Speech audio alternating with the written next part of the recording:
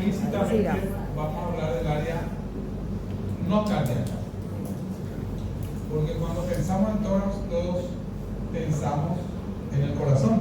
Si bien es cierto, es un órgano importante, el tema está que también hay otras estructuras que se tienen que analizar. Estructuras que tenemos que recordar: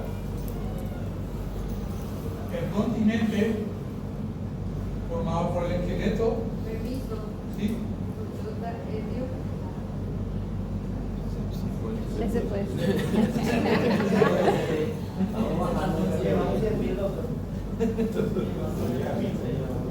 Y por otra parte, el componente que lo cierra es el diafragma. Eso hace que el tórax tenga una particularidad, así como la tiene el cráneo, de que es una estructura cerrada. Eso dificulta, obviamente, toda vez que haya espacios ocupados, el desarrollo natural de esas estructuras. Distinto a lo que sucede con el abdomen. Si se distiende, no pasa nada. Los miembros, el cuello, es otra.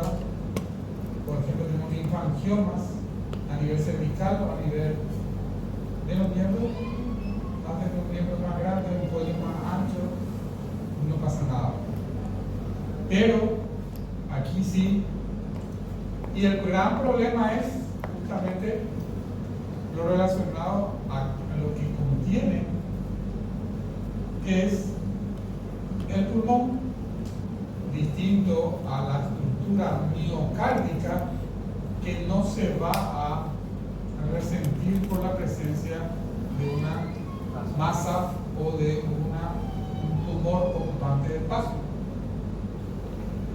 Y dentro de lo que son las patologías pulmonares, vamos a ver algunas, pero también tenemos que acordarnos de que no solamente está el pulmón, está la pleura, que no es visible, pero cuando está ocupada, sí, vamos a tener condiciones que son relacionadas a la pleura. Y esto, cualquiera de estos aspectos, condiciona una situación a la cual le vamos a llamar hipoplasia pulmonar,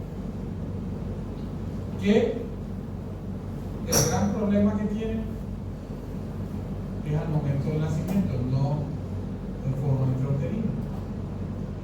Y finalmente también está el pericardio, que puede haber lo que conocemos como derrame pericárdico o estructuras que ocupan también el pericardio.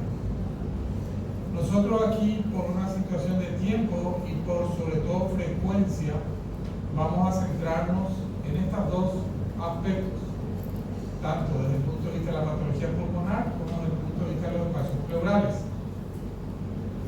Lo que es esqueleto no vamos a tocar porque es el siguiente dolor de cabeza que les voy a dar después del almuerzo,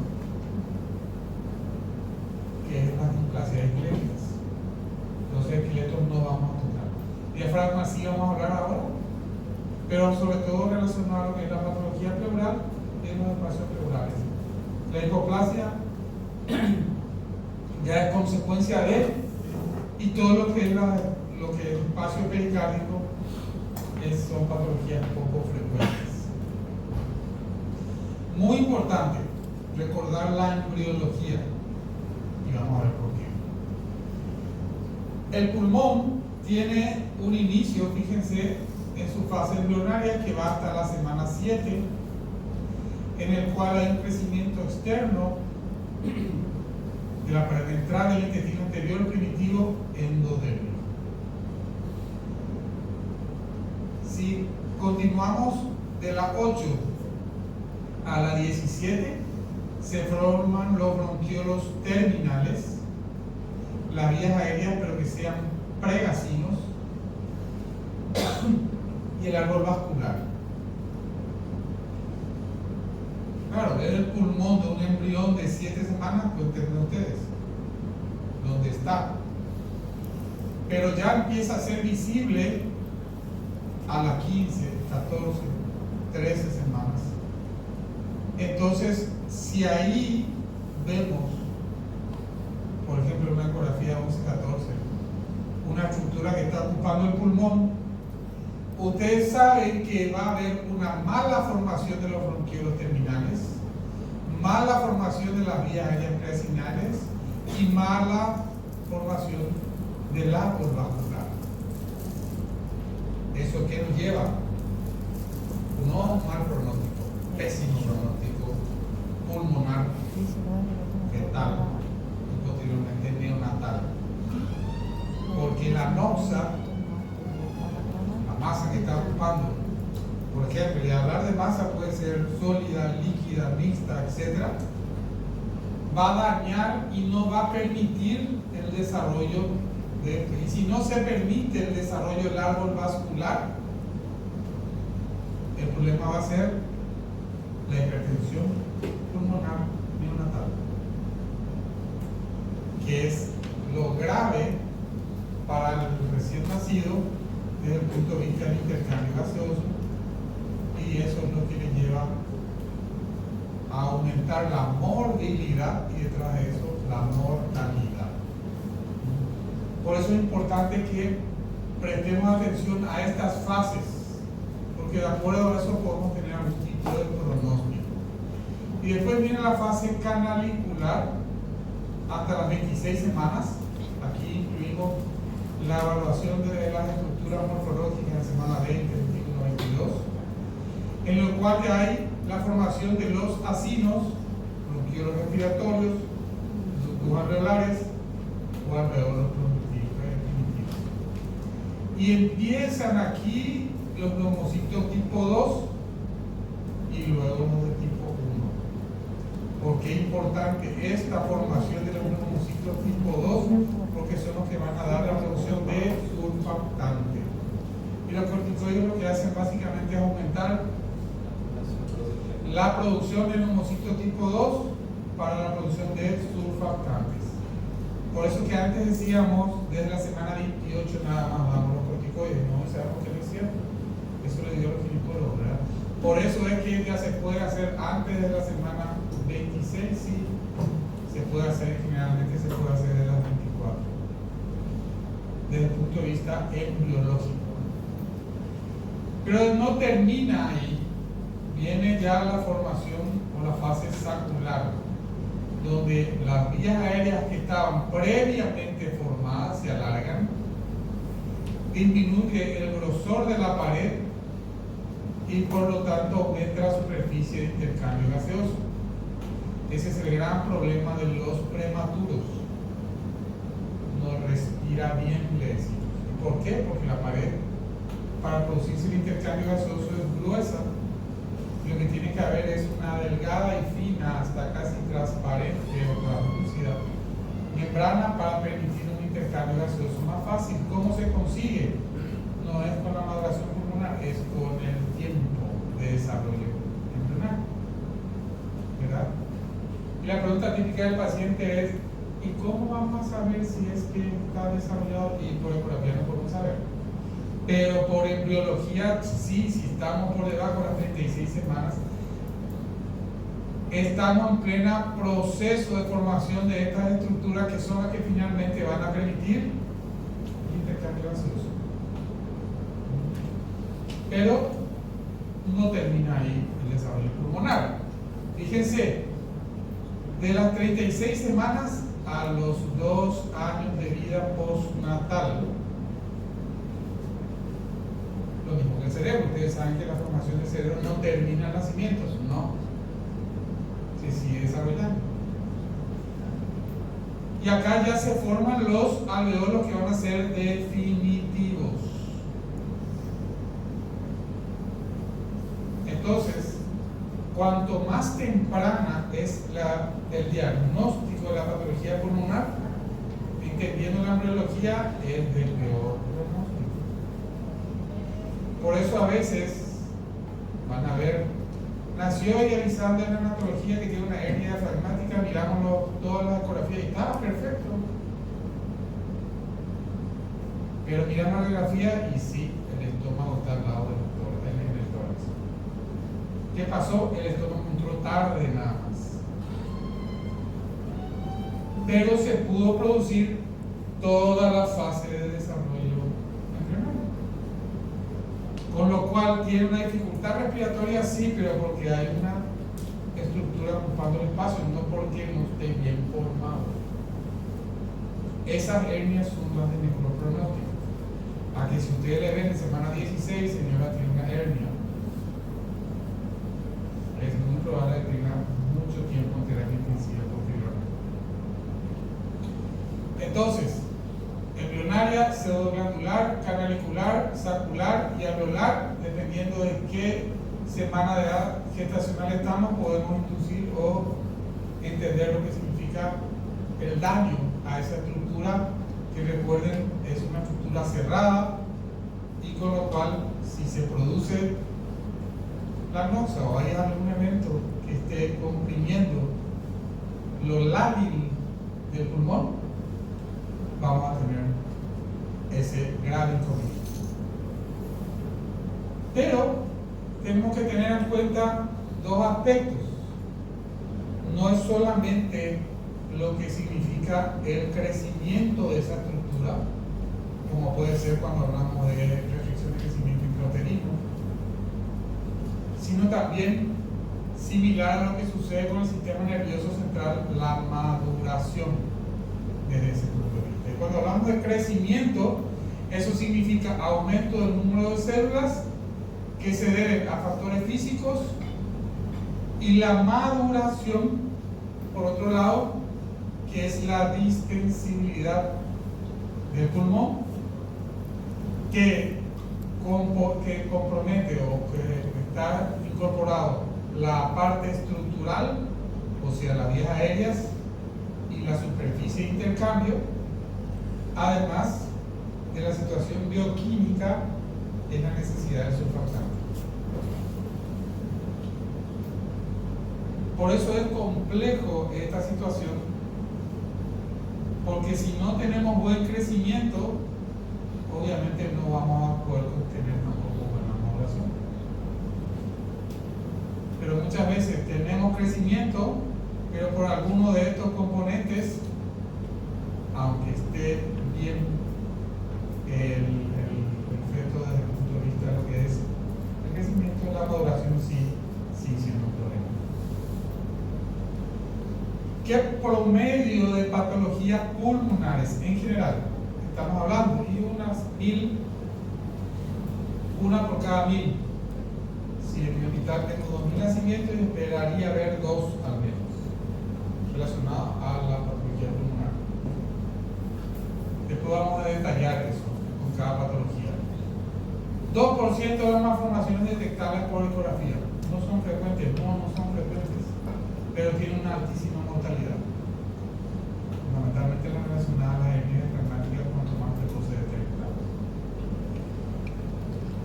Están asociadas incluso hasta un 50% con otras malformaciones, y en algunos casos, no todos, relacionadas a alteraciones cromosómicas.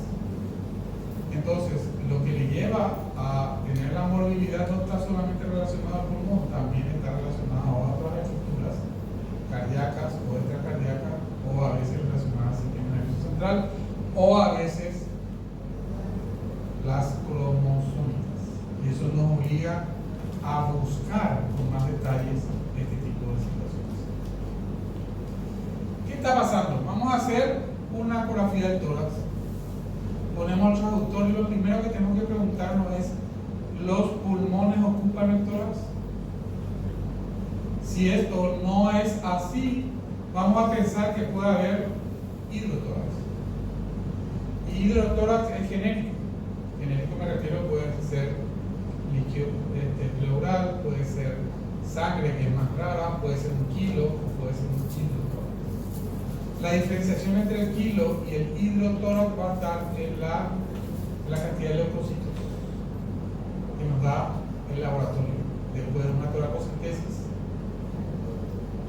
¿Por qué me interesa eso? Para ver si ese hidrotórax puede ser primario o eventualmente secundario. Y ahí entonces el hidrotórax lo vamos a ver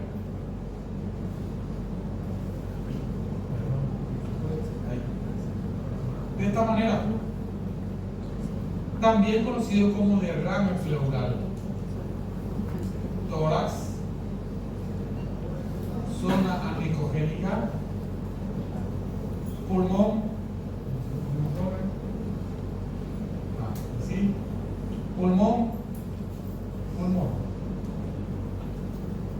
un hidrotórax bilateral. ¿Qué más le llama la atención ahí? Tamaño de los pulmones. ¿Cómo? Tamaño del pulmón. Tamaño de los pulmones, sí. Comprimidos. ¿Cómo? ¿Cómo sabemos que está atelectásico? Esa es una definición histológica. Y digo eso y suerte que lo decía así porque a veces veo el informe atelectasia. ¿Y cómo saben? Tienen un microscopio para poder decir acá hay atelectasia. No, yo supongo que están atelectásicos, sí, pero no puedo dejar escrito eso porque eso es una definición histológica. ¿Verdad? ¿Qué más le llama la atención? Tamaño de los pulmones son distintos, correcto. ¿Qué más? Miren el bosque, no el árbol. Corazón. ¿El corazón? ¿Quién tiene el corazón? ¿Con qué? Una placenta. No está desplazado el corazón. No está desplazado el corazón, correcto. Está en la línea que le corresponde. Por eso les decía, fíjense, el miocardio sigue siendo el mismo. Pero el pulmón está comprimido. ¿Qué más le llama la atención? Les vuelvo a decir, miren el bosque, no el árbol. Doctor, la imagen ecogénica que aparece cerca de la punta del corazón. O sea, Eso. al lado No, sería al lado. por debajo. ¿Y qué eso es? Líquido. Eso. El hígado. Exacto, el hígado. Edema subcutáneo. ¿Quién dijo edema? ¿Quién dijo edema? Levante la mano. Tiene un chorizo más. Edema subcutáneo, ahí está. Le decía, miren el lago, el bosque, no el árbol. Aquí se nota, miren el edema que hay. ¿Quién más le llama la atención? Otro chorizo mejor.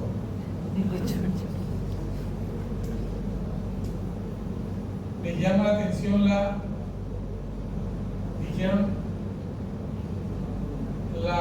los pulmones. Pero los pulmones, ¿dónde están replegados? Hacia el corazón. Hay una compresión, llamémosle centrípeta. Porque si fuera centrífuga, entonces esta pesquisa se debe hacer también dentro de lo que es la búsqueda de la causa. Ahora, ¿tiene tratamiento? Sí tiene. Vamos a ver qué podemos hacer. Y el tratamiento es reducir el riesgo alto de hipoplasia pulmonar y secundariamente a ello evitar la muerte. ¿Cómo se puede hacer eso? Permitiendo la expansión pulmonar. Si el líquido que está aquí es el que está comprimiendo el pulmón, obviamente yo tengo que hacer la salida del líquido, permitir la salida del líquido. Y eso es a través de este dispositivo que se llama un catéter de doble J de Harrison, que tiene también doble pigtail, se le dice porque tiene este doble, o le dicen también doble cola de cochino. Esto tiene esa doble curvatura y esta aquí. Pero la ventaja que tiene este catéter es que es un material de plástico que tiene una memoria. ¿Memoria qué significa? Como un resorte. Yo puedo tirarlo suelto y vuelve a formarse de la misma manera. Porque obviamente cuando lo voy a poner, eso lo voy a poner estirado. Y a medida que va entrando, empieza a desdoblarse solo. La intención es que esto quede dentro del tórax esto esté en la pared torácica y esto esté fuera del tórax. Acá en la imagen no se ve, pero acá hay una serie de agujeros, con lo cual permite un mejor drenaje, no solamente por la salida o la entrada, sino a través del doble rulo, y en este también otros que van a permitir el drenaje. ¿Cuándo lo vamos a hacer? Cuando es aislado, significa no hay otra alteración. Porque ustedes saben, vemos una y tenemos que buscar la siguiente. Más formación me refiero. Atención. ¿Cómo yo sé que esté atención? No puedo medir la presión. ¿Qué parámetros ecográficos que les dije puede indicarme ese tórax está a tensión? Desplazamiento del... Por el diafragma. 1. El diafragma, correcto. El abombamiento o aplanamiento del diafragma, perfecto. 2. De mi destino desplazado. 3. Tamaño del pulmón. Tamaño del pulmón. Diámetro del tórax. Exacto. El tórax es fijo.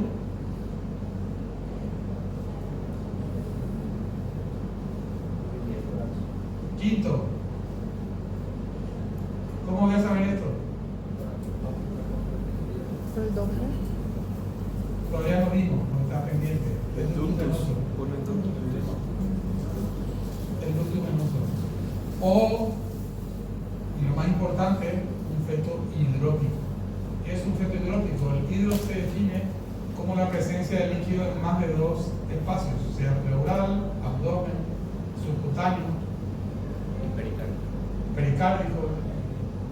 Con que tenga en dos lugares, el pulmón y el edema subcutáneo, ya está, ese efecto está hidrópico. Y el problema no es el edema, el problema es el corazón, que tiene que bombear con mayor fuerza porque hay una alta resistencia a causa del edema. Entonces tiene una alta chance de muerte. Y por debajo de las 34 semanas, porque si lo hacemos, ¿para qué le voy a poner si ya está 34 semanas? Puede irse ya a la neonatología y no hay mejor alternativa. Esto ya lo hicimos, fíjense ustedes lo que les decía. Esta es del año pasado. Acá está, este es la guía. ¿Eso fue que enviaron el grupo? Sí, exacto. Pero me gusta esta imagen, por eso les traigo, porque se ven las dos cosas. Acá están mis ojos. Si lamentablemente no tengo esta imagen, ahí se ve la aguja adentro, blanquito. Que hace una toracocentesis. Y aquí está además el instrumento que utilizamos, guiado por la ecografía. Llegamos al tórax. Se dejan los dos rulos adentro, se retira algo para que quede realmente en pared torácica y el otro rulo afuera. ¿Qué conseguimos? Descomprimir el tórax. Es bilateral y hay que hacer dos funciones. O hay una técnica que no les cuento nada más para que ustedes sepan, que es con la misma, rotar al bebé, empujarle, y o sea, tírate de este lado, empujo y echo al otro lado. El lugar ideal es tan sencillo, la línea media. ¿Por qué? Porque si lo pongo enfrente, se va a tirar. Si lo dejo atrás es más difícil, pero igual muchos de estos salen porque el bebé se mueve. Sí. ¿Cómo se manejan los movimientos del bebé? ¿Se de acuerdo a los movimientos del bebé o alguna técnica? Anestesia fetal. En la cola, en el brazo, en el muslo. Atropina por el lado cardíaco, pancuronio y fentanil a dosis kilos fetal. O sea, ahí hay un procedimiento previo. Si tiene un polidramio, a veces la aguja no alcanza, hay que evacuar el polidramio, dormir al feto y después recibir para que se quede quieto. Pero claro, si tiene que quedar quieto y escucharte donde vos querés echar y que te levante el brazo porque acá está. Entonces a veces no es tan sencillo. Pero, sí. Para poder entrar en el espacio intercostal, o ya sucedió, ya hay casos de que pasaron la costilla, porque me imagino que va a ser difícil entrar en el espacio intercostal ahí. ¿Vos sos cirujano? Sí. Ah, por eso. Tienes toda la razón. Por eso digo, porque no por nada, porque los ginecólogos no van a imaginarse eso. Porque ustedes están acostumbrados. ¿Cómo lo hacemos? Por el tacto. Si yo llego, no, acá está el costilla. Y veo nada más dónde está mi aguja. Entonces, muevo y entro. ¿Por dónde va la vascularización en la parrilla costal? Debajo. Ese otro dato también puede lesionar la parte vascular. Entonces le decimos, claro, un poquito más arriba para asegurarme que no voy a lesionar el árbol vascular de la costilla superior al lado que estoy entrando. Doctor, ¿eso drenan todo y dejan después o Se sacan? queda, ¿no? Se queda. Hasta el nacimiento. Hasta el nacimiento. Ahora te paso. Y es una muy buena pregunta porque el problema está al nacimiento. ¿Qué hay que hacer al nacimiento? Clampar lo más rápido posible. Porque, ¿qué está pasando aquí? La presión interna del tórax está haciendo que el líquido salga, claro. Pero al momento de la respiración cambian las presiones. Entonces, ¿dónde hay más presión? Afuera, la atmosférica, que el tórax. Por lo tanto, no va a ser un hidrotórax.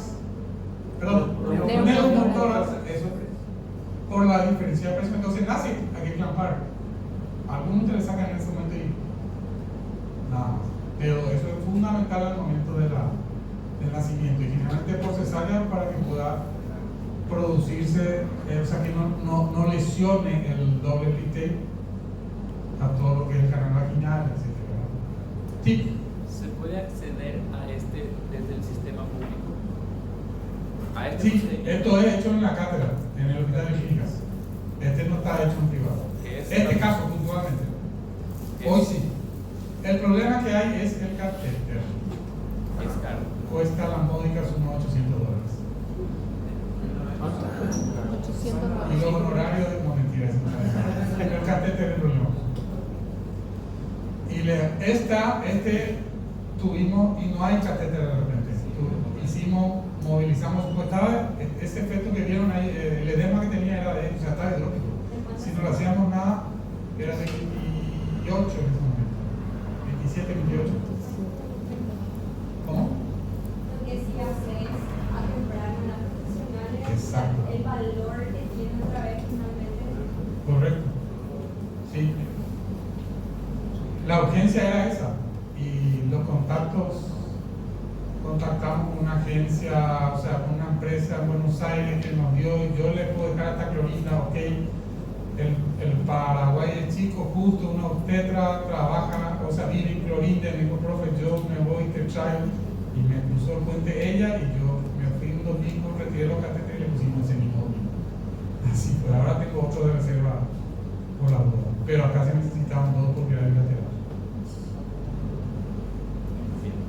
Entonces, ¿se puede hacer? Sí, se puede hacer, y este paciente puntualmente me llamaron de Concepción. Tengo una paciente así, ahora le tenés que mandar. Y vino ahora y ahí nos movilizamos.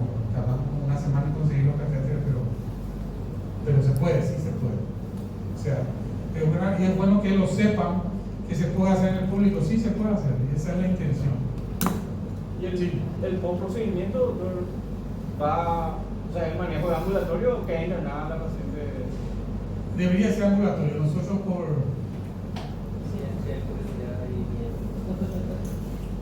pero también hay acá una discusión, debería ser anestesia local, por ejemplo. Yo no me animo todavía a hacer una anestesia local, lo hacemos con la quimio. Porque si lo hacemos con local, la paciente se levanta y se va a su casa, literalmente. Pero, por ejemplo, por el riesgo de infección, por ejemplo, por los catéteres. Sí, es que se hace bajo, por eso se hace, No se le hace como. no en consultorio, pero puede levantarse y irse. Claro, para que tengan ustedes una idea, el grosor de la aguja es como una raquidia 14 de grueso. Pero, y que eso también hace piña bífida, y saben lo que voy a decir, en la piña bífida, por ejemplo, abrimos al miometrio, rompemos la membrana 3 centímetros, 2,5, 3 centímetros, y rompe la membrana, ¿no? Entonces, el que me estaba ayudando me dice, después de ver el daño que le hicimos a las membranas, introducir el catéter no es nada, y sí, definitivamente, aunque parezca grueso. Claro, por eso se espera, tiene condiciones, no todos van a ir a una terapia. Pero si es lo último que te ofrezco, mira, te tiro un salvavidas. Puede ser de plomo, y sí, pero si no te tiro te va a morir igual. Exactamente, así funciona esto. Es un salvavidas nada más. A veces bien y a veces paciencia. A pesar de colocar, van a ver la mortalidad que tiene, es alta igual. Bueno. Y esto es un trabajo interesante, ya lleva sus años, pero le sigo trayendo porque antes se hacían toracocentesis solamente, o sea, se evacua, no digo al día siguiente, a la hora está exactamente igual que antes. Por eso que no es la solución, salvo casos raros de evacuación. ¿Verdad? Aquí está, pinzado, lo que le estaba diciendo, este es ya estirado. Se pinza para que nos haya. Y miren, la diferencia cuando el feto está hidrópico, si le hacemos un shunt versus toracocentesis o nada, hay diferencias estadísticamente significativas. Pero si no está hidrópico, igual la toracocentesis versus el shunt sigue habiendo diferencias significativas. Por eso es importante saber que se puede hacer, sí, se puede hacer, está accesible, sí, tenemos los mecanismos, porque no es fácil conseguir el costo del catéter, pero lo pagó la IBM, solo que hay que hacer los trámites, etcétera, etcétera, etcétera, y se consigue. Hidrotórax. Hacemos ahora a analizar el parénquima. ¿Es homogéneo? No, porque si es sí está normal. Si es no, ¿en qué podemos pensar? En una masa que puede ser un quiste o pueden ser quistes o en una hernia diafragmática congénita que puede tener estómago, intestino, etc. Y entonces, para poder diferenciarlo, nos preguntamos: ¿el mediastino está desplazado o el diafragma está íntegro? Si este está íntegro, entonces es una masa pulmonar. Masa pulmonar que pueden ser de dos tipos o más. Lo más frecuente, y por eso la diferencia de letra, de tamaño de la letra, la malformación adelmatoidea quística o MAC. Menos frecuente el secuestro pulmonar, mucho menos frecuente los quistes broncogénicos o teratomas pericárdios. Y vamos a ir viendo estos. Como masa pulmonar, uno de cada 3.000 gestaciones, 10% van a requerir tratamiento, comprimen el mediastino que desvía el corazón, compromete el retorno venoso, entonces forma hidrops y a la vez hidrops hay fallo cardíaco. Riesgo de muerte. Nuevamente, lo que acá está diciendo es que si no hacemos nada y se va a morir. Pero no todas las MAC necesitan tratamiento. Y vamos a ver algunos ejemplos. La frecuencia de la malformación aneumatoidea quística es 1 en 3.000. Histológicamente es un amartoma, y esto es importante que lo identifiquemos porque vamos a diferenciarlo después con el secuestro, que histológicamente tiene otra composición. Pero recuerden que la malformación aneumatoidea quística es un amartoma, pero mixto, sólido y líquido, ¿Qué pasa? Hay hiperproliferación de los bronquiolos y del mesénquima, pero no tiene alveolos normales. Conclusión, es una parte del pulmón funcionante. La gran mayoría van a ser unilaterales y unilobulares. El problema está dónde está ubicado. A ver cómo hacemos la segmentación pulmonar fetal. Hasta ahora no se puede. La evolución es muy variable y el híbrido pueden hacer hasta uno de cada 4 de ellos. ¿Cómo se hace el diagnóstico? Una masa hiperecogénica que tiene un tamaño variable puede ocupar, nos impresiona que ocupa todo el pulmón, pero realmente lo que pasa es que no vemos el resto del pulmón sano. Esa es la diferencia. Puede haber polidramio por el mismo mecanismo que hablamos recién, va a desviar el mediastino, puede hacer hidros. Los quistes pueden ser de tamaño variable, y aquí entra la clasificación que vamos a ver enseguida, y se puede evaluar muchas veces el pulmón restante. No siempre la resonancia me va a ayudar, pero nos ayuda cuando son tamaños grandes. ¿Grandes qué significa esto? De más de 2 centímetros. Fíjense, grande. Acá está el tórax, corte 4 cámaras, este es el pulmón restante del lado contralateral. ¿Y dónde está el pulmón sano? Buena pregunta. ¿A qué lóbulo corresponde? Buena pregunta. Es una masa multiquística. Stoker, hace muchos años, no recuerdo la fecha, pero ya lleva unos 40 años y a lo mejor me quedo corto y todo, hizo una clasificación histológica. Y lo que se hizo es se traspola a la ecografía. Porque Stoker dijo hay una formación anematoide quística tipo 1, 2 o 3 de acuerdo al tamaño de los quistes. Si el quiste tiene 2 centímetros o más, es del tipo macroquística. Quiste de más de 2 centímetros. Y esta es la imagen histológica del pulmón. Produce entonces una herniación del mediastino, es la más frecuente casi de las 3, ocupa el 40% y es de buen pronóstico dependiendo obviamente del tamaño de la masa, no del quiste, porque todos los quistes van a tener que tener más de 2 centímetros. Miren ustedes aquí, tórax.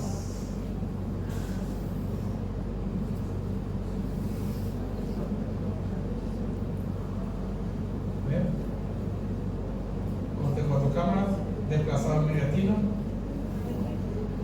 ahí están los quistes.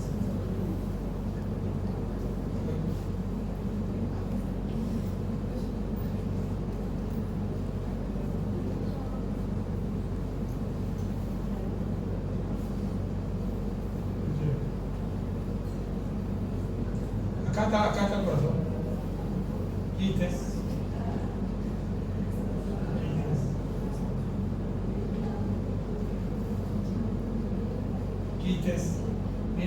Miren el mediastino como está, aplanado.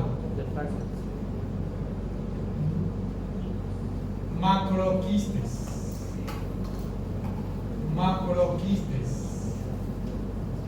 que tienen el mismo feto a distintas alturas. Macroquistes, y hay una, generalmente no pueden estar comunicados uno con otro. Y acá tenemos 28 semanas.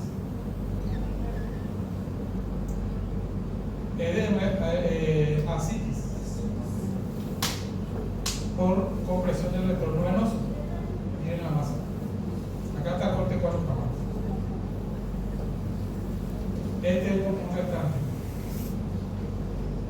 ¿Cómo no va a haber hipoclasia después de ahí? Igual, corte de 4 cámaras. Y Y lo importante para ese corte de 4 cámaras, hay un detalle no menor acá en la imagen. Las costillas. Debo ver las costillas, porque si no estoy oblicuo. Y lo que tengo que hacer es bien perpendicular. Entonces, 4 cámaras y todo esto es la masa que realmente grande. Miren aquí. Recorremos todo el tórax. Acá ya empieza hígado. ¿Qué lóbulo es? Solo Dios sabe. No podemos diferenciar, pero normalmente sabemos que es unilobular. Quistes intermedios. Doctor, Sí. vamos a hablar de los tratamientos. ¿Perdón? El tratamiento, dijiste que tenía un buen pronóstico. Sí. Vamos a ver las clasificaciones para el tratamiento. Quistes de tamaño intermedio, menores a 1 centímetro. Miren aquí. Esto ya es histológico nuevamente, revestido por células cúbicas de epitelio columnar, también corresponde al otro 40%. Acá sí están asociados a otras normalidades, tipo 1 meramente no. Igual hay que buscarlo. Acá están medidos todos los quistes. Claro, esto es con fines didácticos, nada más, pero para que se den cuenta que tienen que tener para poder diferenciarlo. Aquí, corte de 4 cámaras, no hay un quiste que predomina y recorremos todo el tórax. Ahí, fíjense, todos son menores de 2, menores de 1. Doctor, ¿y el que está entre 1 y 2? Y no dudamos en poner Mac tipo 1-2, porque ver una Mac 1 sola o una Mac 2 sola o una Mac 3 sola es más raro. Generalmente voy a mostrar uno que es 1 y 3. ¿Qué significa? Que tienen microquiste y macroquiste.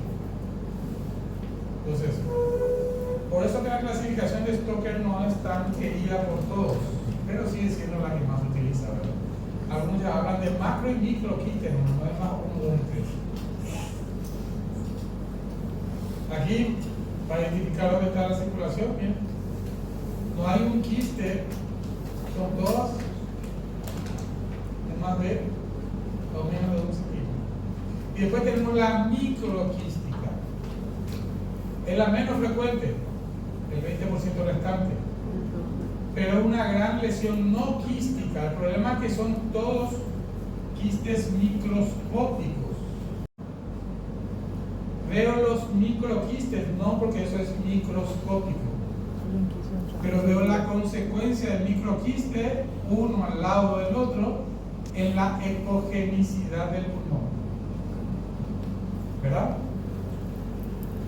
Desplaza al mediastino y son los de peor pronóstico. Dependiendo también del tamaño, acá está. Fíjense, acá tenía un quiste central, pero este era muy chico. Digo, a ver, pero 17 por 22 prácticamente. Pero la mayor parte tienen esta característica de ser, no suelen ser tan grandes. Doctor, ¿y es parecido a la displasia renal poliquística? Básicamente, pero en el pulmón. Ahora, tiene sus diagnósticos diferenciales que vamos a ver después. Lo que tienen que quedar grabado en la imagen es tipo 1, macroquistes, o de más de 2 centímetros, tipo 2, intermedios, menos de 1 centímetro, y microquísticas, que no vamos a ver los quistes, pero vamos a ver un cambio en la ecogenicidad pulmonar, producto de los pequeños microscópicos quistes. Aquí, 24 semanas. Como un pulmón tiene una ecogenicidad distinta al otro. Son microquistes. Cuanto más temprano lo ven, esta ecogenicidad va a ser más fácil de verla. a medida que avanza la edad gestacional, si ustedes no hicieron el diagnóstico previo, les va a costar identificar la microquística, porque pierde esta estructura tan endogénica que se ve temprano. Acá estamos en semana 24, pero cuando tengamos por encima de las 30, no se ve tanta diferencia un pulmón con el otro. Y fíjense cómo si dividimos el corazón en 4, el tórax en 4, todo lo que está ocupando. Prácticamente un cuarto de toda el área cardíaca está ocupada por la masa. Aquí igual, este es un pulmón, este es el otro. La diferencia es clarita. Aquí, en el video, aquí se ve el pulmón afectado, el pulmón sano.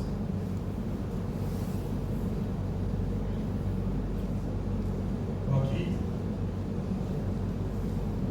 lo que les tiene que llamar la atención es el cambio de ecogenicidad.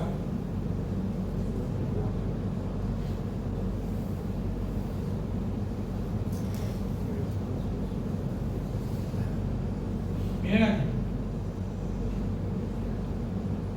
Aquí vemos quistes de tamaño variable. Ahí, se fue.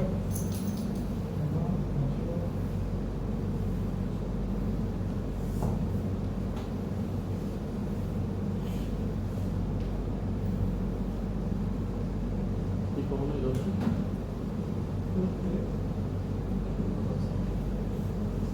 Un segundo, voy a ponerle que no, si no.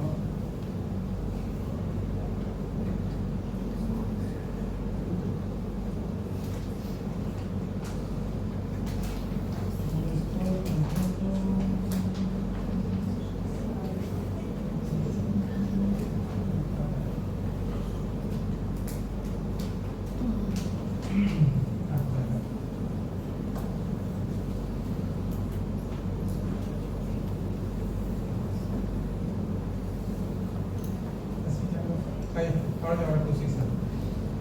Entonces, esta es la que le decía, tipo 1 o 2, probablemente aquí medir este va a saber cuánto tiene, pero probablemente tenga menos de 2. Entonces va a ser tipo 1 o 2. Pero miren lo grande que es que desplaza el corazón, inclusive. O sea, tenemos de tamaños muy variables en ese sentido. Y aquí igual. La horizontalización o el aplanamiento del diafragma.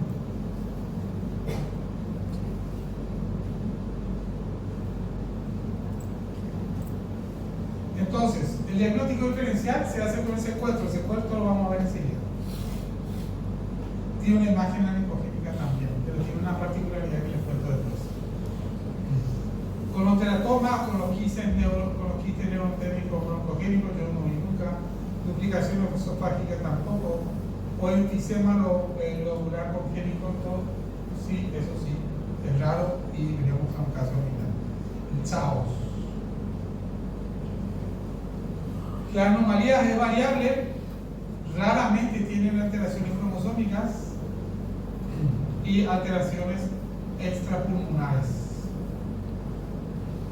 Se ve más bien el tipo 2 que dice usted, ¿verdad? Salud tipo 2, efectivamente. ¿Qué hacemos con el tratamiento? Nuevamente evitamos la muerte intrauterina. Y llegar a la cirugía neonatal, porque va a necesitar probablemente cirugía neonatal. Y aquí hay una discusión eterna entre los cirujanos de adultos, cómo se pelean entre ellos, los cirujanos pediátricos, digo, porque está demostrado que estas masas pueden hacer neoplasias a lo largo de la vida infantil. Entonces algunos dicen, no, hay que esperar para sacar, y otros dicen, no, hay que sacarla ahora. O a los 2, 3, 4 meses cuando se pueda. Por eso le digo, da gusto escucharle porque ellos se van a hablar. ¿Qué se pueden hacer? Un tórax amniótico o la esclerosis pulmonar, y acá me falta agregar algo más dentro de lo que es láser, también se puede hacer. Láser todavía no tenemos, pero lo vamos a tener en tiempo. ¿Qué se hace? Se coloca el mismo tórax amniótico que vieron en la WPC, se pone en el quiste más grande Claro, para la microquística no. Ahí sí entra la crioterapia o el láser. Y esta es una publicación de Carlos Bermúdez, un venezolano que dio la técnica utilizando polidocanol. ¿Saben lo que es el polidocanol? El polidocanol es una sustancia que es esclerosante de los vasos, de las varices, los ácidos vasculares. La famosa inyección para eliminar las arañas vasculares, esa. Y Carlos, que es muy amigo mío, me dice, y se le ocurrió porque su señora tenía varices, y dije, eso es claro así. Ay, ¿por qué no probamos en el pulmón? Y efectivamente, empezó a probar, pero lo que no está, todavía esta fue la primera publicación, año, no sé dónde está, por ahí, 2008, más o menos. ¿Se sigue haciendo? Sí, se sigue haciendo, pero para lugares donde no se disponga del láser. Y es hacer una toracocentesis, llegar hasta la masa, introducir el polidocanol y se espera. ¿Qué es lo que hicimos acá? Esta es la científica. No sé si ustedes estaban pensando eso. Creo que no. ¿No se acuerdan? Entonces, antes de ustedes. Acá quedaron más tipo 1, quistes grandes, esto era todo previo, y después el polidocanol, fíjense cómo quedó. Esto es lo que quedó. Y apareció pulmón restante. Es más sencillo porque se hace una toracocentesis, se extrae el líquido que tiene, igual, y ahí se pone el polidocanol y eso hace una transfusión. O acá, también, acá inclusive se llegó a hacer una resonancia magnética, y lo mismo, antes y después. Fíjense el antes y el después. Lo mismo como estaba ahora. Yo no tengo experiencia en colocar los tóraco-amnióticos por los costos. Prefiero hacer polidocanol que sale casi nada. $2, $3, $4 cada ampolla versus $800. Entonces seguimos haciendo hasta que tengamos láser para poder hacerlo. Esa es en relación a la terapia, sí. ¿El láser cómo es? ¿Cómo funciona? ¿Cuál es su diferencia? Se busca fundamentalmente el vaso que lo nutre y se esclerosa el vaso.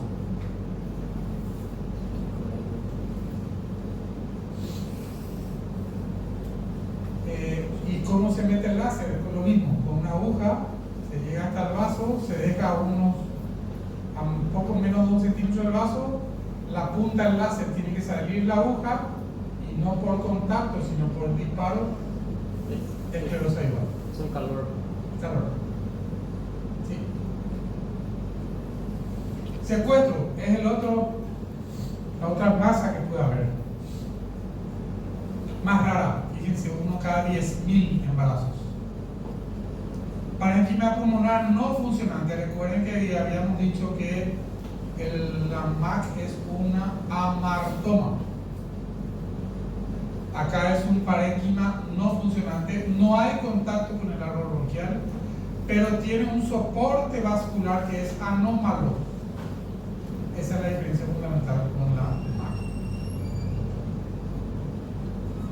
Generalmente son unilaterales, yo lo poco que vi, porque no son muchos.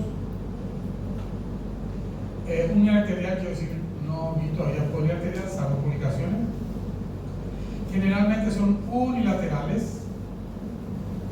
A predilección el lóbulo inferior, no es patognomónico, pero sí generalmente es lóbulo inferior. Pronóstico favorable porque no son tan grandes y la regresión es espontánea en alto grado también. Por eso a veces no hay que hacer nada, no. Me olvidé de la otra terapia, cierto, ahora que me hace acordar. Sobre todo en estos casos, corticoides. Los corticoides, ¿por qué? Porque hacen como una reacción inflamatoria y achica la masa. Entonces a veces es la misma forma que hacemos, la misma dosis que hacemos para una operación pulmonar, corticoides y se espera, y se controla, y la masa vemos que se sigue. ¿Corticoides en la madre o en la madre? En la madre. Una operación pulmonar, no hay otro que igualito. Para el tratamiento anterior. O para, Para este. para los dos. Sobre todo estos. En la Mac 3 se suele hacer lo mismo. Cuando son de tamaño pequeño, cuando son grandes, no hay corticoide que valga. Entonces, el diagnóstico es una masa pulmonar ecogénica. Diagnóstico diferencial con la Mac 3. No hay quistes aquí. Generalmente son los lóbulos superiores. Que sea grande es excepcional. Pero cuando son grandes van a producir polidramios, desviación del mediastino, eventualmente hidrotórax. Ahora, tenemos dos tipos de secuestros broncopulmonares. Para los que hacen radiología lo saben. El intralobar, que comparte la pléula del pulmón sano, aparece en la vida adulta, con lo cual no lo vamos a ver en la vida fetal. Dice raro, pero hay excepcionalmente publicados casos. O eventualmente neonato, pero generalmente es ya el diagnóstico postnatal en la vida adulta. La arteria proviene generalmente de la aorta descendente y la vena se dirige a las venas pulmonares. El intralobar, que es este. Y después tenemos el extralobar, que es este. Cubierta pleural propia. La aorta, o sea, la arteria, perdón, proviene generalmente de la aorta descendente, no siempre, pero generalmente proviene de ahí. Drena la circulación sistémica. 80% corresponde al pulmón izquierdo y en la base. Y hay raras localizaciones a nivel pericárdico, mediastinal, diafragmático o subdiafragmáticos. Por debajo del diafragma.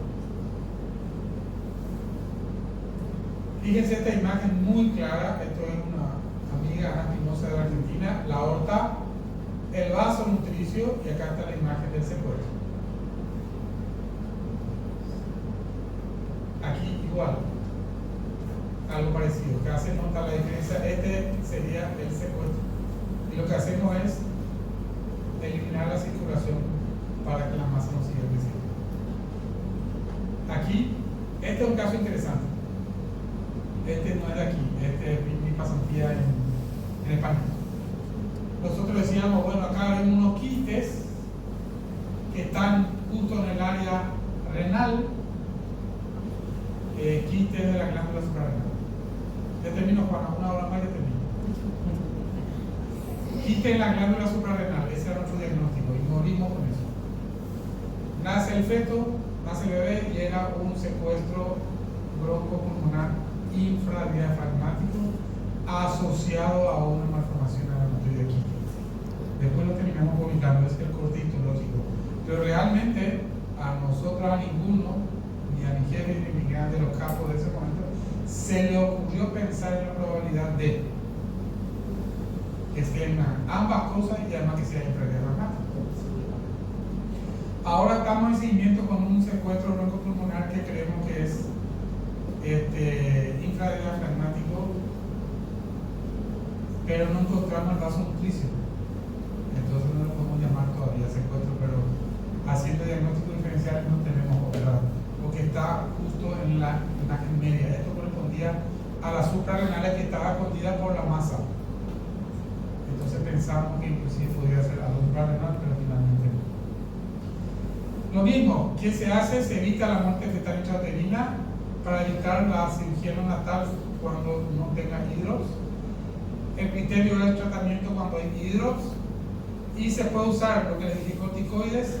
Los ultraconductivos en este caso es más raro, pero sobre todo esclerosis a través de polidocanol o el láser. Diferencias. La MAC es una displasia de la vía aérea. El secuestro es un pulmón supernumerario. La MAC está localizada en cualquier parte. El secuestro broncopulmonar habitualmente el lóbulo inferior izquierdo. El tamaño de la MAC es variable. El secuestro generalmente es pequeño.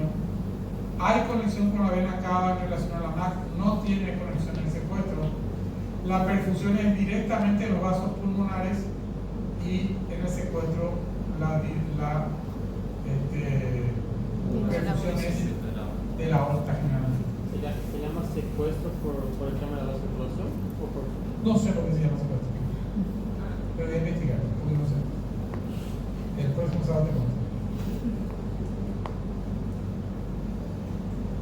Entonces, masas pulmonares. El diafragma no está íntegro. Hernia diafragmática congénita. Problema, sí señores, problema. Vamos a ver por qué. Es menos frecuente que las MAC o el secuestro, uno cada 2.400 embarazos. La mayoría son unilaterales, la mayoría son izquierdas. El problema cuando es derecha. Pésimo pronóstico. Porque sale el hígado, o sea, entra el La presencia del hígado, sí. El tamaño es variable, la causa no se conoce. 1/3 está asociado a otras malformaciones y eso condiciona una elevada morbimortalidad. ¿Cómo se hace el diagnóstico? El diagnóstico es relativamente sencillo, pero tiene sus bemoles a tener en cuenta. Hay una pérdida de la ecogenicidad de los pulmones, pero está desviado el mediastino. Acá, fíjense, tenemos una imagen quística que inclusive desplaza al mediastino, o mejor, sí, y a la silueta cardíaca. Que puede ser que un quiste oncogénico, sí, es un diagnóstico diferencial, pero es un solo quiste. Puede ser que esta estructura se agrande y se achique, corresponde al estómago. Por lo tanto, es la entrada del estómago por el lado izquierdo, justo por debajo del tórax, por debajo de la silueta cardíaca, que empuja hacia la derecha la silueta cardíaca. Y esta es la imagen que tiene que grabarse. Porque de acuerdo como yo angulo el traductor, tiene una hernia. No, tu traductor está angulado. Porque si yo paso así, claro, voy a ver el estómago y voy a ver el mediastino y encima está desplazado. No, mi corte está mal. Yo tengo que hacer un corte netamente transversal y ya les dije la forma es una sola. la costilla íntegra. Entonces estoy seguro que el plano es correcto. El estómago no puede estar a la misma altura que el corazón y encima está desplazado. Hernia diafragmática congénita izquierda. Después vamos a mostrar, ¿y qué otra estructura hay? Al lado del estómago, ¿qué suele estar? ¿El? Vaso. ¿Podemos ver el vaso? Sí. Sí se puede. ¿Qué otra estructura puede haber? Intestino. Ángulo esplénico. Es más difícil el ángulo esplénico. Pero puede estar, sí puede estar. O sea, decir que es ángulo esplénico me refiero, ¿verdad? Pero puede haber, sí puede haber. Y más complicada cuando la desviación del mediastino es a la izquierda y tenemos una ecogenicidad. Implica que el hígado entró a la cavidad torácica y en este caso desplaza la silueta cardíaca a la izquierda. Hernia diafragmática congénita derecha.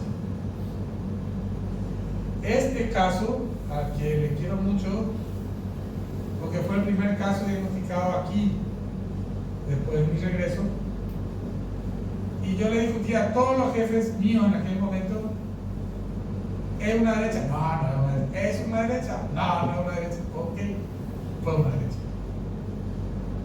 Lo que les quiero decir, el diagnóstico no es fácil, pero tienen que entrenarse a verlo. ¿Verdad?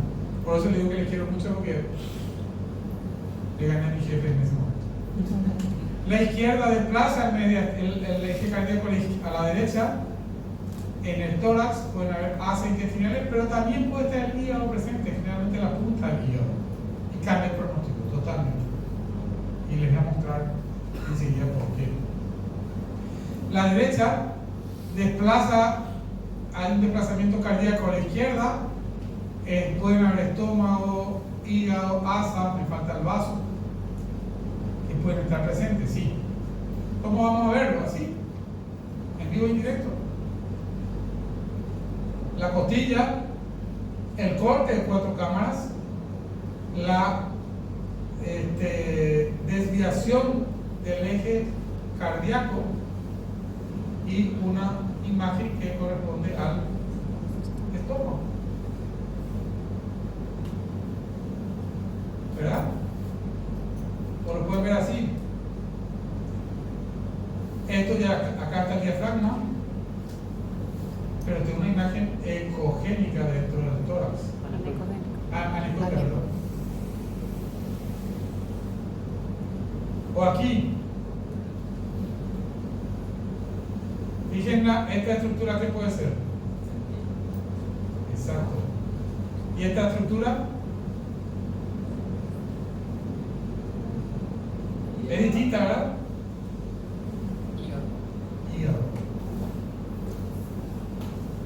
Y aquí no es muy claro, pero se notaba el vaso chiquitito acá. Esa zona un poquito más oscura es el vaso. Aquí, al lado del estómago.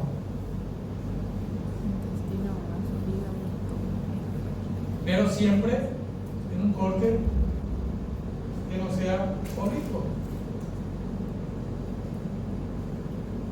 Muy importante, porque van a notar diferencias. Pongan la imagen del pulmón contralateral próxima al traductor. Porque si el pulmón contralateral está del otro lado, no podemos medir, que es lo que tenemos que hacer después. Él se puede, pero no es la misma medida. Entonces, para que tenga más fidelidad al momento de hacer lo que se va a llamar índice cabeza-pulmón, que les explico enseguida, el pulmón sano, entre comillas, debe mirar al traductor. Eso es un punto de buena práctica, por decirlo así. Entonces, no se van a olvidar de esa imagen, y el día que lo vean ya van a saber qué es. No sé por qué se han vinculado las imágenes, pero lo mismo. Desplazamiento. ¿Qué tenemos acá? Hígado. Y el pulmón está desplazado, el pulmón y el corazón están desplazados a la izquierda. Una hernia diafragmática congénita derecha. Aquí igual. Tórax, intestino, perdón, diafragma. Fíjense cómo, miren cómo está incluido. Revisando en un barrido ambos pulmones. Diagnóstico diferencial MAC con el secuestro, la atresia bronquial laríngeo traqueal, los quistes neurantéricos, duplicaciones o quistes congénitos o tumores. Importante, está asociada a cromosomopatías. Por lo tanto, el diagnóstico de hernia diafragmática es sinónimo de cariótico. Debe ser, porque se van a encontrar con muchas sorpresas desde ese punto de vista. La evaluación cardiológica es fundamental. El síndrome de Beckerman es el más frecuente de todos, y esto se hace por microarreglos en líquido amniótico, que también se pueden hacer acá. También hay una fundación en el hospital que nos ayuda mucho, que la Fundación Santa Librada. Estamos haciendo cariotipos y microarreglos gracias a ellos, y esta es una alta frecuencia. No recuerdo todo lo que tiene pero sí la hernia diafragmática es importante en estos, además de todos estos y otros signos. Entonces está asociado a otras anomalías genéticas. El estudio morfológico detallado, el cariotipo y la resonancia es eventualmente discutible. Esto es fundamental, porque por lo menos tienen que saber qué se tiene que hacer. Se llama ratio o índice pulmón-cabeza o cabeza-pulmón, como le quieran llamar. ¿Cómo se obtiene? Una imagen de 4 cámaras. Se miden los diámetros mayores del pulmón contralateral. Esta es una imagen muy vieja, pero realmente lo ideal es que esto esté arriba, como les dije. Y se toma el área resultante de esta versus el perímetro cefálico. que lo medimos todos. Y yo obtengo un valor y se lo compara con un valor esperado para esta edad estacional. ¿Cómo vamos a hacer? Vamos a la práctica. Fíjense, aquí es distinta, esta foto es vieja y icónica porque hay un trabajo que dice que las medidas del pulmón contralateral alejados del transductor infraestiman la evaluación. Entonces, moraleja, pongamos el pulmón contralateral próximo al transductor. Y si miran hacia atrás, hay un dato no menor aquí y dice diámetros mayores. No es que tiene que ser perfectamente, no. Fíjense ustedes, acá coincide, este es el mayor versus este, pero este no está en el medio. No, es que este es el mayor, el medio estaría aquí. Son mínimos errores técnicos que los van a cometer y van a cambiar el pronóstico, porque lo que estamos haciendo aquí es evaluar el pronóstico de la hernia diafragmática.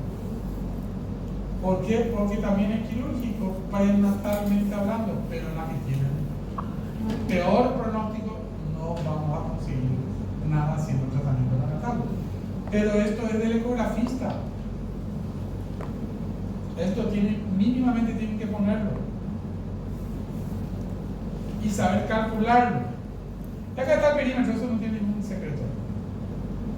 Y lo importante es esto, con un corte sagital, con corte mejor dicho transversal que se vea la costilla y el pulmón, los diámetros mayores, más el perímetro cefálico. Entonces, ¿qué hago? El diámetro anterior pulmonar contra el transverso pulmonar y lo divido sobre el perímetro cefálico.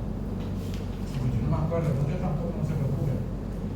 Aquí, en esta misma imagen tienen los dos. Acá tenemos el pulmón y el perímetro. Recuerden, 22 por 14 por 200 y tanto. 22 por 12 por 256. Eso es lo que voy a usar. Dividir. O dividir. Acá voy a usar 18 por 10 dividido 2 por 25. Da un valor. Ese valor tengo que llevarlo a una tabla. La tabla del observado esperado de acuerdo a esa edad gestacional. Y aquí más o menos estamos en 26 semanas y 5 días de acuerdo al diámetro, a la circunferencia. Pero no se asusten. Lo importante es que sepan dónde buscar la información. Y la información está acá, al alcance de ustedes. También hace la calculadora. Yo uso la de México, que es donde me informé, entonces aquí está. Ultrasonido mental. Y le va a aparecer esto. Ahí tienen cálculo de anemia, igual que la de Barcelona. Bonita. Anemia fetal, Doppler, monocoriales, hernia diafragmática, hipoplasia pulmonar o masas pulmonares. Y vamos a mostrar dónde está la hernia diafragmática y nos va a aparecer esto. Nos va a preguntar, seleccione la opción. ¿Cuáles opciones? Las opciones van a ser, si voy a buscar el tamaño pulmonar derecho, es porque es una hernia diafragmática izquierda. Y si voy a poner tamaño pulmonar izquierdo, es porque es una hernia diafragmática derecha. Y son distintos, son muy distintos. Entonces me pide las semanas, el diámetro, la circunferencia y si hay o no herniación hepática. El último caso que les mostré, teníamos 26 semanas y 5 días, 18 y 11 los diámetros, 245 de circunferencia cefálica, el hígado no estaba herniado. Y me da los valores aquí. Y aquí me va a dar que tiene un observado operado de 21%. La probabilidad de supervivencia es del 2%. El grado de hipoplasia pulmonar es extremadamente grave. Señora, eso es agua bendita. Porque no hacen nada. Aunque se haga la terapia fetal, la probabilidad de muerte es mucho mayor que el éxito de la terapia, entonces no es calidad. Por eso es importante que ustedes manejen el índice de cabeza-pulmón. Izquierda. Pero se calcula, sí, y ahí izquierda nada más, pero en base a la cantidad de pulmón restante que hay, ya te dicen, no le toques. Eso le diría bien. Exacto. Y seguimos adelante. Y se va a operar y todo. Y eso es el ecografista. Por eso les voy tan lento para que ustedes puedan hacerlo. Y es fácil, también está la de Barcelona, hay otras calculadoras y básicamente son todas casi iguales. ¿Y a partir de qué porcentaje es quirúrgico? 25 para arriba. Y si nos complicamos, le voy a complicar más, pero hay otros trabajos que dicen, a ver, una cosa es Europa y otra cosa es Latinoamérica. Y esos valores de Barcelona no son los mismos que los nuestros, no. Entonces, para los europeos por debajo de 35. O sea, tiene que estar por encima de 35 para que sea un pronóstico. Para nosotros con 25 porque las situaciones son distintas.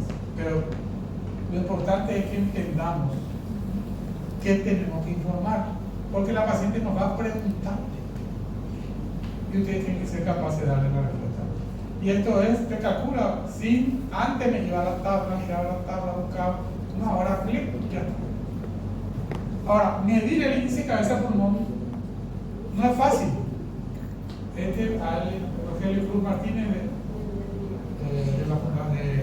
México, en su época que estaba en Barcelona justamente, publica eso, que la curva de aprendizaje del índice cabeza-pulmón en hernias diafragmáticas, miren, ustedes necesitan 80 evaluaciones para hacerlo de forma correcta. Entonces hay que empezar a medirlo y más de una vez. ¿Qué se hace de tratamiento? Ya vamos terminando. Uno, el cierre del defecto. No podemos, eso se hacía antes. Cirugía abierta, histerotomía, sale el útero, hacen una toracotomía, corrigen, cierran y vuelven a meter. Prematura y rotura prematura membrana era lo mínimo que había. Entonces se dejó de hacer. Fíjense, después se ideó, hagamos un taponamiento traqueal. Y si el problema es la hernia, está en el diafragma. Sí, es cierto. Ahí vienen las secreciones que vos estabas diciendo. Hay secreciones que son producidas por el pulmón, que son las que van a formar parte del líquido amniótico. Que la teoría es, si yo obstruyo la tráquea, no dejo que esa formen parte del líquido, ¿a dónde van a ir? Van a ir empujando hacia abajo. Mal dicho, a corregir el defecto. No corrigen porque el agujero está, por decirlo así. Pero evito que la hipoplasia pulmonar. ¿Por qué? Porque va a mandar el intestino, el hígado, el vaso o las asas intestinales hacia abajo, salen por el mismo agujero y permiten la aparición pulmonar. Entonces, lógico pensarlo, y antes se hacía así, Se saca. hasta que alguien dijo, ok, hagamos profetoscopía. ¿Y qué hacen en la ¿Qué hacemos? Porque me incluyo, todavía no tenemos fetoscopio acá, pero lo vamos a tener en breve, si Dios y el gobierno permiten. Se deja un balón, se hace una laringoscopía fetal. Claro, me van a decir cómo, y el feto tiene que estar mirando con el dorso anterior, en una posición determinada que le abra la boca, anestesiado, por supuesto, que preguntaron antes. Se hace la laringoscopía, se identifica el esófago, se entra en la tráquea, se introduce posteriormente el balón y se sale. Parece fácil. ¿Tiene su técnica? Sí, tiene su técnica. ¿El balón queda ahí? Sí, el balón queda ahí. Hasta aproximadamente, se tiene que hacer antes de las 20. No, hay un trabajo que dice que se puede hacer un poco más tarde. antes de las 28 semanas. Porque nuestro gran problema es las derivaciones tardías, porque este tipo de paciente debe hacerse un equipo, debe hacerse su, y muchas veces ya llegan a las 27 y ya no hay tiempo. Pero entonces la derivación temprana es importante acá. El balón se deja hasta la semana 34-35 aproximadamente. Necesitamos al menos 6 semanas de tiempo que ese líquido empuje la asa y permita la expansión pulmonar. ¿El líquido? ¿Cuál líquido? O sea, el tapón no impide que el bebé en la tráquea, ¿cierto? Está en la tráquea. Igual es sobre el polihidrato, porque presiona el esófago. ¿Sí? ¿Qué se hace después? Y ahí hay dos alternativas. Se vuelve a hacer una fetoscopía y se saca el balón, o se hace una, ¿cómo se llama? Toracocentesis, que se llega con una aguja, explota el balón, se libera la tráquea, 15 días después nace el bebé. Se corrigió la hernia, no permitió la expansión pulmonar. Ahí entra el cirujano a corregir la hernia. Para que no llegue a la hipoplasia. Exacto. Pero si ya está hipoplásico, no le pueden operar porque tiene una hipertensión pulmonar y finalmente se muere de una infección intrahospitalaria porque está hace un mes o 2 ahí y no es la hernia la que le lleva. Pero no puede llegar con el balón hasta el término. Antes hacía y había problemas con el balón hasta que se determinó que no, con 6 semanas de balón es suficiente. Por eso que no se hace más allá de las 28, 29 semanas para que me alcance a 34, 35 semanas. Alcance a sacar el balón, pero no nace en ese momento, a no ser que entre el trabajo de parto y se le saca a las 37 semanas o 38, pero con menos población.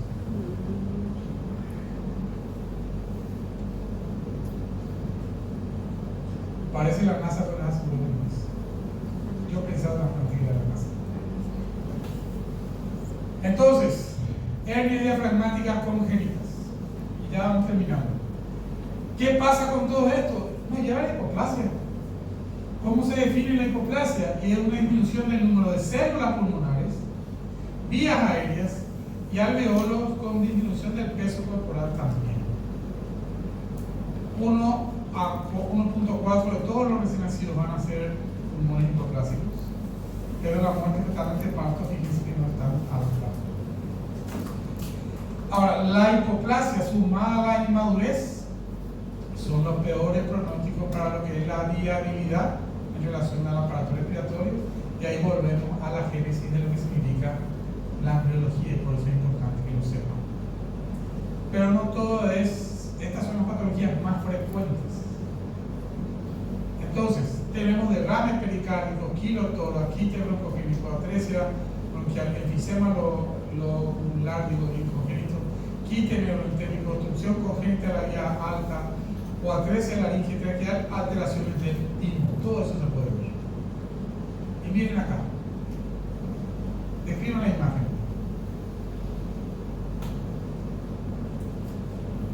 ¿Qué ven?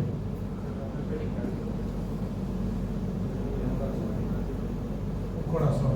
Vamos a Área torácica disminuida o tal ¿Cuál? Área torácica. Al primero que, Pulmones desplazados hacia abajo. lo primero que usted nos dijo, miren el Gracias. Alguien me escuchó por lo menos en esta clase. Miren el bosque. Es correcto. Hay un desplazamiento del pulmón hacia dónde? Centrífugo. No es centrípeto. Entonces, ¿es un hidrotórax? No. Es un derrame pericárdico. Que además era una infección, por eso tiene esos miocardios tan gruesos, porque le está forzando de alguna manera. Ahí está, miren dónde está el pulmón. Y además hay, lo que vos decías, creo que una cardiomegalia, ¿sí?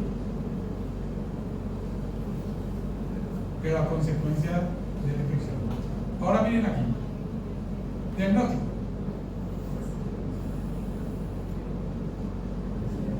¿De acuerdo que mi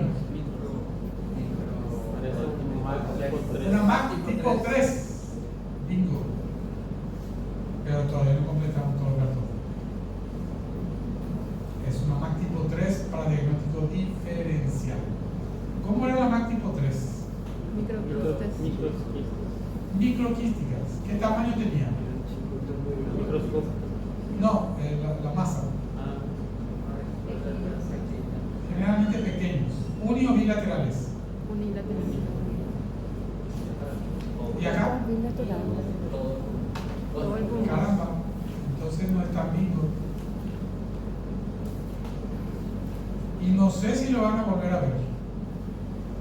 Y esta imagen tienen que tener guardada en la cabeza porque cuando pongan el traductor le tiene que venir a la cabeza. Es un caos. Una malformación relacionada a una atresia laringea. Rara, rara, rara. Pero miren como todo el parénquima parece microquístico. Sí, es correcto. Pero es bilateral. Y la más importante ocupa todo, fíjense. Todo el pulmón. Está lleno de líquido. El líquido es la consecuencia más. Además hay así. Es Pero una no es la cintura obstrucción. que quiero mostrar. Obstrucción que Laringe. Y el problema, esto se opera así, se puede operar, experimentalmente hablando. Cuando la obstrucción laringea es una membrana laringea, ¿qué se hace con láser? Se perfora la membrana y se soluciona el problema. Cuando es un defecto congénito de la laringe, ahora en día. Pero le puedo solucionar, y hay casos publicados en la literatura, de que solamente esa membrana estaba obstruyendo la laringe. Pero esta no es la imagen típica del diagnóstico. Yo lo hice con trampa. Esta es la imagen típica. Ahí está. Fíjense. Esta es la que no se tiene que olvidar.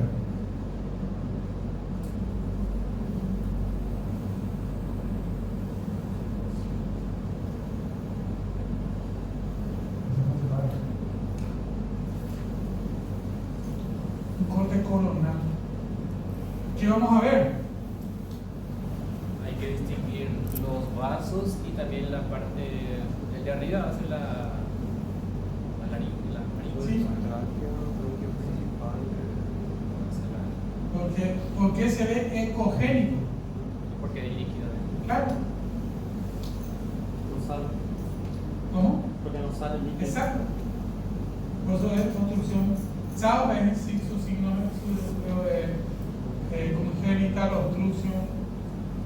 No me acuerdo todo, pero viene de ahí la nomenclatura, las siglas. Vean, pongan Chaos en Google y va a salir imágenes parecidas. Y eso es lo que hace el balón. Y no, el balón no, acá no, lo que pasa No, es digo, que no, si la en el obstrucción caso es con una contrario. membrana, se rompe la membrana y permite la circulación y mejora el pulmón. Digo, cuando pone El el anterior balón. está diciendo, ¿verdad? En la hernia reumática sí. Cuando se pone el balón, el pulmón El tratamiento. tiene la tendencia a quedar así, ¿verdad? Porque no sale el líquido también. No, porque esto viene hace cuánto, desde el nacimiento, por eso se deja 6 meses, 6 semanas nada más. No le da tiempo a que se vea con esa cogenicidad. No te vas a dar cuenta. El parénquima pulmonar no cambia desde el punto de vista, al contrario, aparece parénquima pulmonar normal, sano, no atogénico. Porque todavía no hay tiempo de que eso se produzca. Esto viene, no me acuerdo cuántas semanas tenía, pero tenía unas 26 semanas más o menos. Doctor, y otra característica que tiene también es el diafragma que está invertido. Correcto. Está aplanado, o inclusive invertido. Aumenta la presión.